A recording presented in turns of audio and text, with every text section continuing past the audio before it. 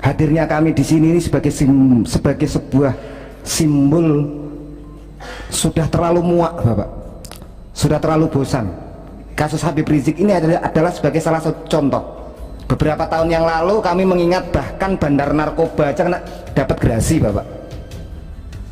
Tadi yang disampaikan Kiai Rauf, ada darah Rasulullah di situ.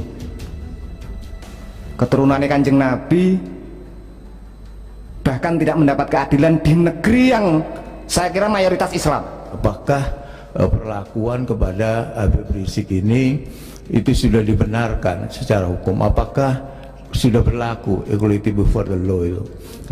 Kabar kesehatan kalau menurut akhlak Islam, akhlak Rasulullah itu biasanya kan ya kita selalu mengatakan sehat gitu kan, itu sebagai akhlak Rasulullah.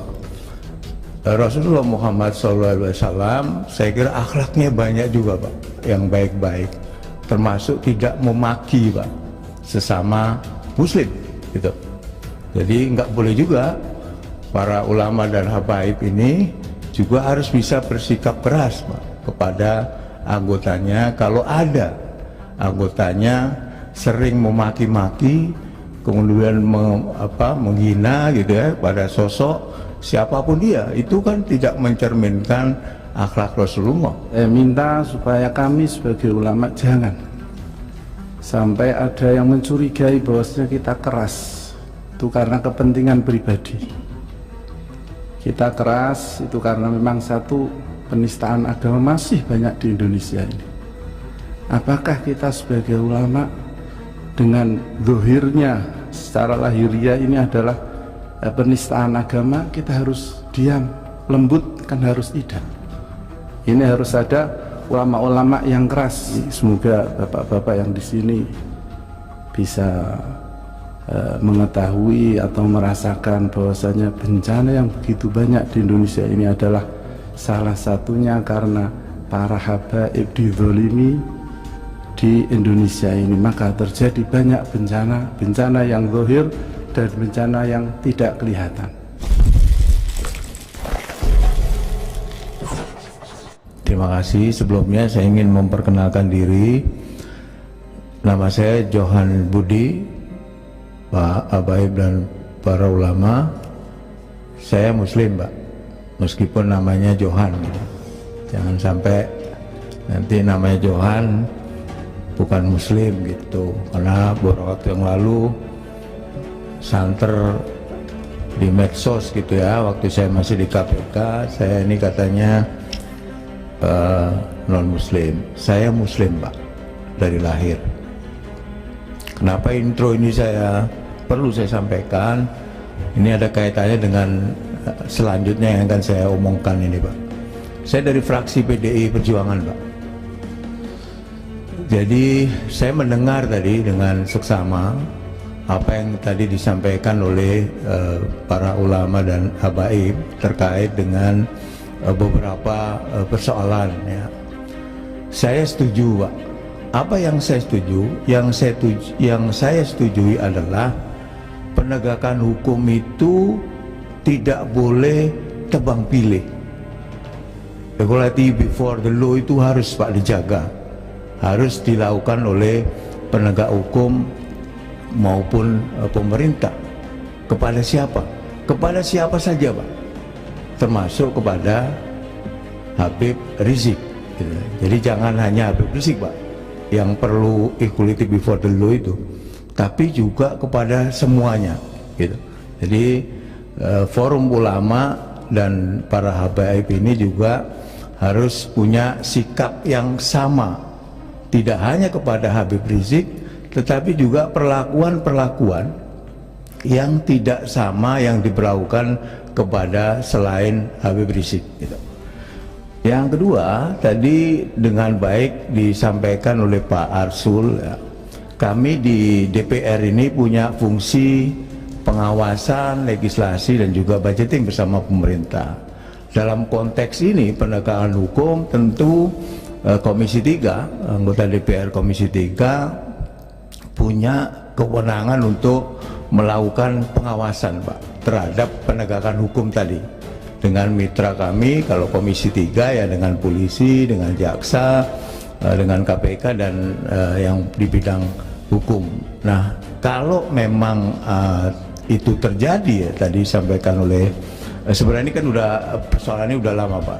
Yang saya dengar dulu Komisi 3 juga pernah mempertanyakan itu ya Pak Arsul ya, kasusnya Pak Habib Rizik itu apa dasarnya dan lain sebagainya, itu pernah juga ditanyakan oleh Komisi 3. Saya dulu belum di Komisi 3, tapi saya pernah membaca itu berita tentang pertanyaan-pertanyaan yang dilakukan oleh anggota DPR Komisi 3 mengenai apakah perlakuan kepada Habib Rizik ini itu sudah dibenarkan secara hukum, apakah sudah berlaku equality before the law itu.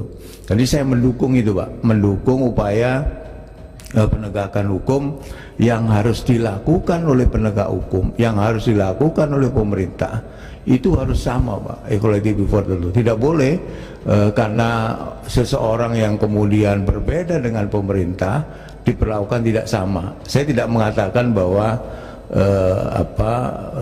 Habib Rizik merupakan pemerintah secara berbeda.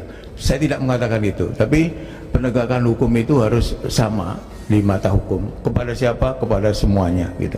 Jadi karena fungsi kami itu adalah pengawasan dari yang terkait dengan apa yang tadi disampaikan oleh para ulama dan habaib, maka fungsi itu yang nanti kita gunakan secara terus-menerus Pak, untuk mempertanyakan atau meminta informasi terkait dengan penegakan hukum. Tentu tadi seperti yang disampaikan oleh Pak Arsul, menilai nama anggota DPR itu biar harum itu tidak dengan cara kalau DPR berhasil mengintervensi hukum Pak. Jadi tidak bisa begitu, karena fungsi DPR itu tidak bisa. Ini simpelnya tadi Pak Ustadz Rofi tadi minta Habib dibebaskan tadi. Tentu DPR tidak punya kewenangan untuk menekan atau mengintervensi itu. Yang bisa dilakukan adalah mempertanyakan tadi Pak, di dalam fungsi-fungsi pengawasan gitu. Yang terakhir Pak, saya tertarik dengan poin nomor 3 nih Pak.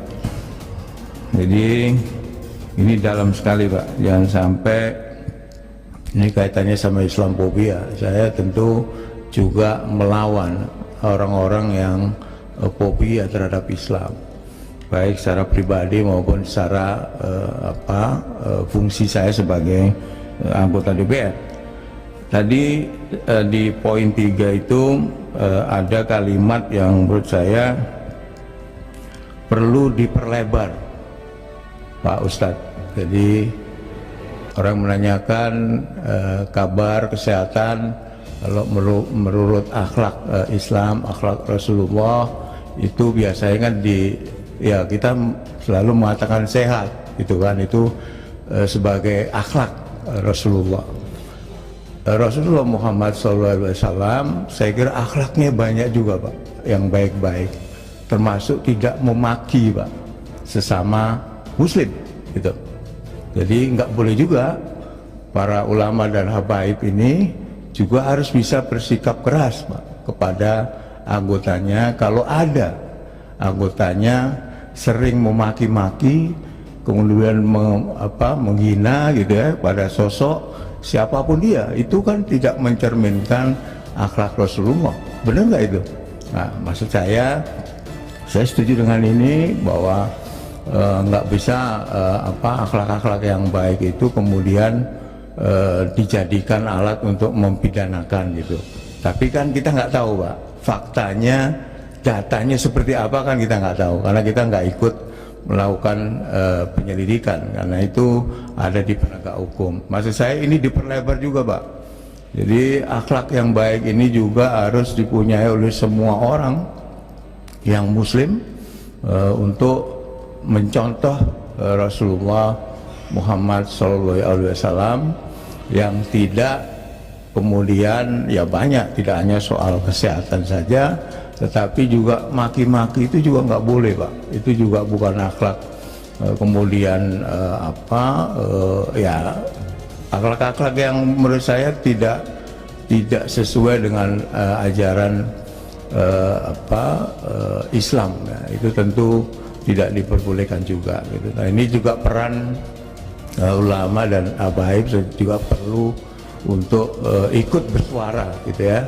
Kalau ada pihak siapapun pihak itu yang kemudian juga memaki-maki dan yang sejenisnya, karena itu tidak sesuai dengan akhlak junjungan kita ya. Jadi kesimpulannya itu Pak Ketua, jadi kita sebagai anggota DPR Komisi 3 tentu harus lebih tegas dalam konteks pengawasan terhadap penegakan hukum. Kepada siapa? Tentu kepada penegak hukum.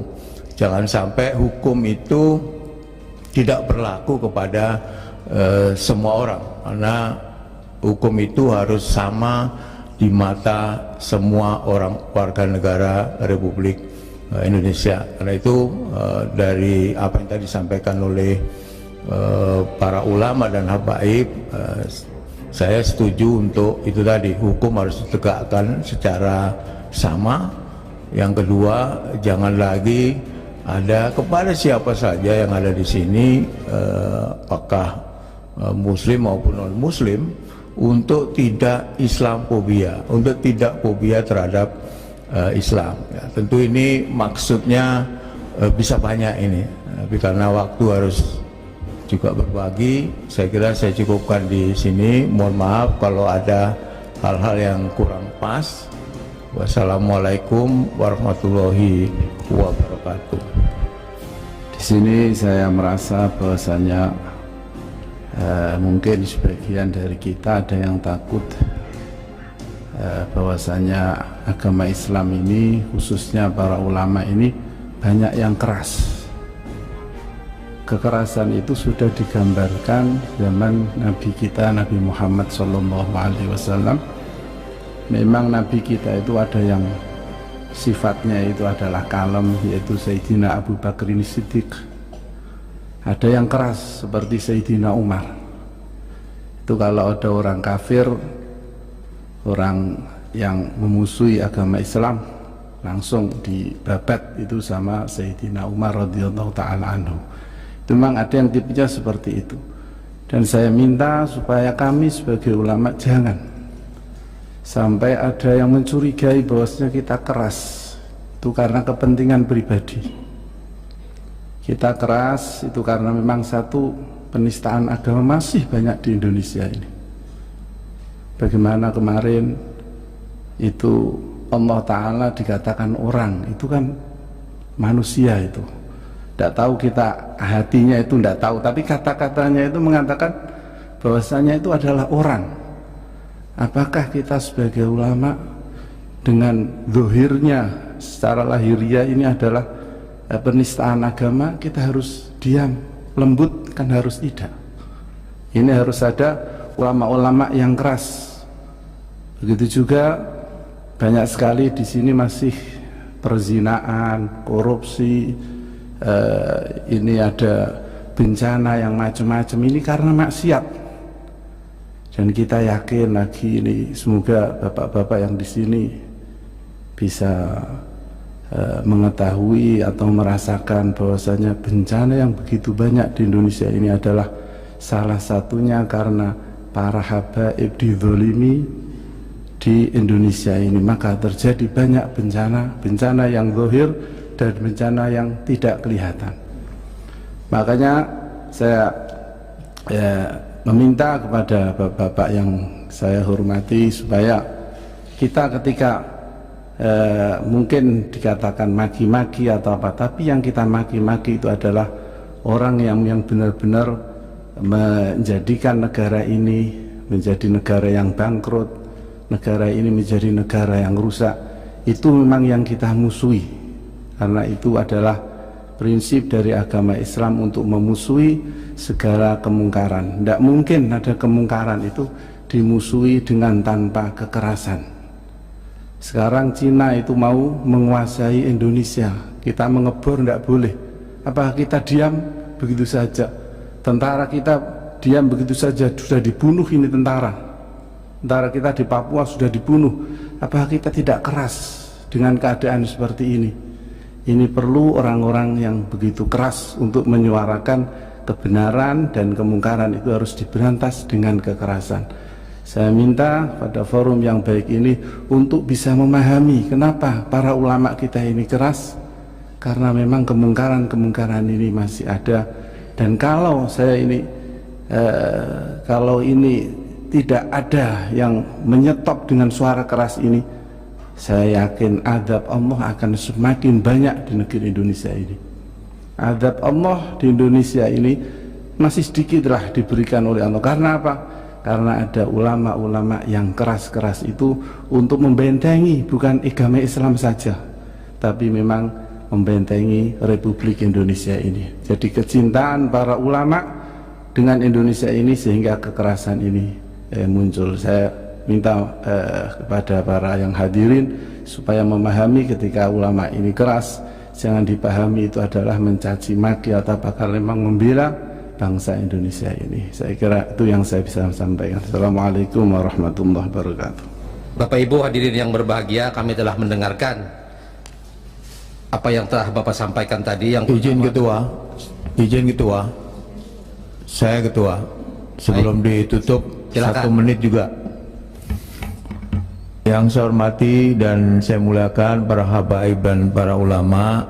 Jadi saya juga ingin mengingatkan juga, jadi jangan salah paham juga terhadap tadi yang saya sampaikan.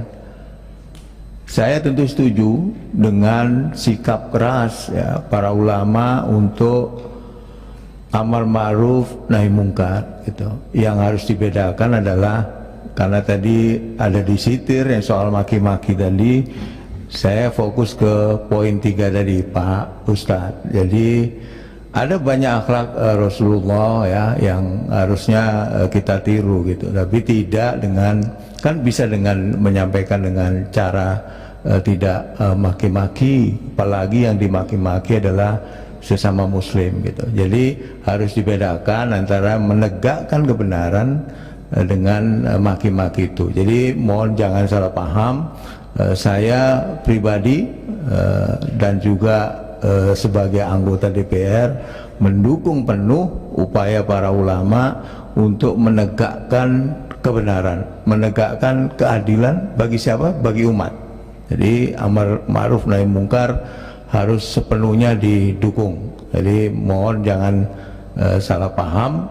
Jadi mari kita selepas dari ini kita renungkan bersama gitu ya. Karena kebenaran tentu tidak bisa kita monopoli sendiri gitu kan. Di sini kan banyak masyarakat dan beragam, ulamanya pun juga beragam, dan menurut saya menegakkan kebenaran itu harus 100% didukung oleh siapapun, dan semua agama saya kira juga mengajarkan untuk menegakkan kebenaran. Jadi itu Pak Baib dan para ulama, saya juga minta untuk tidak disalahpahami gitu. Terima kasih Pak Ketua. Izin nambah izin sedikit Ketua. Silakan. Ya. Assalamualaikum warahmatullahi wabarakatuh. Saya masih punya waktu 1 menit kayaknya Ketua dari kesepakatan. Perkenalkan, nama saya Fathu Akbar, pembina Majelis Suluk Pantura di Gringsing Kabupaten Batang. Mungkin dapilnya Pak Arsul juga. Dari awal sampai akhir, di menit terakhir dari seluruh fraksi yang sudah menyampaikan, yang sudah menanggapi aspirasi dari kami, menurut saya sangat luar biasa. Terima kasih atas perhatiannya. Tapi bagi kami para kiai, para ulama, hadirnya kami di sini ini sebagai sebuah simbol sudah terlalu muak Bapak. Sudah terlalu bosan, karena saya kira kiai dongeng hukum itu tidak pas, karena memang kita tidak punya basic dasar hukum.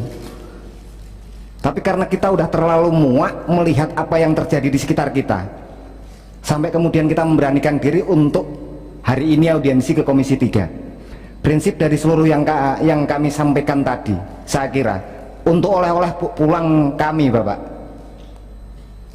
sebagai garis besar tadi kita sampaikan bahwa kasus Habib Rizik ini adalah sebagai salah satu contoh. Mungkin untuk oleh-oleh kami pulang nanti, kira-kira satu contoh ini saja, supaya kemudian aspirasi kami ini, kalau kemudian tadi sudah diterima, dijanjikan, dan bahkan Pak Arsul sudah melakukan itu secara tertutup. Beberapa tahun yang lalu kami mengingat bahkan bandar narkoba aja kena dapat gerasi Bapak. Tadi yang disampaikan Kiai Rauf, ada darah Rasulullah di situ, keturunannya Kanjeng Nabi, bahkan tidak mendapat keadilan di negeri yang saya kira mayoritas Islam. Mohon sebelum kami pulang, kira-kira ada salah satu langkah konkret yang bisa buat oleh-oleh kami untuk kemudian disampaikan kepada umat. Terima kasih. Assalamualaikum warahmatullahi wabarakatuh. Baik.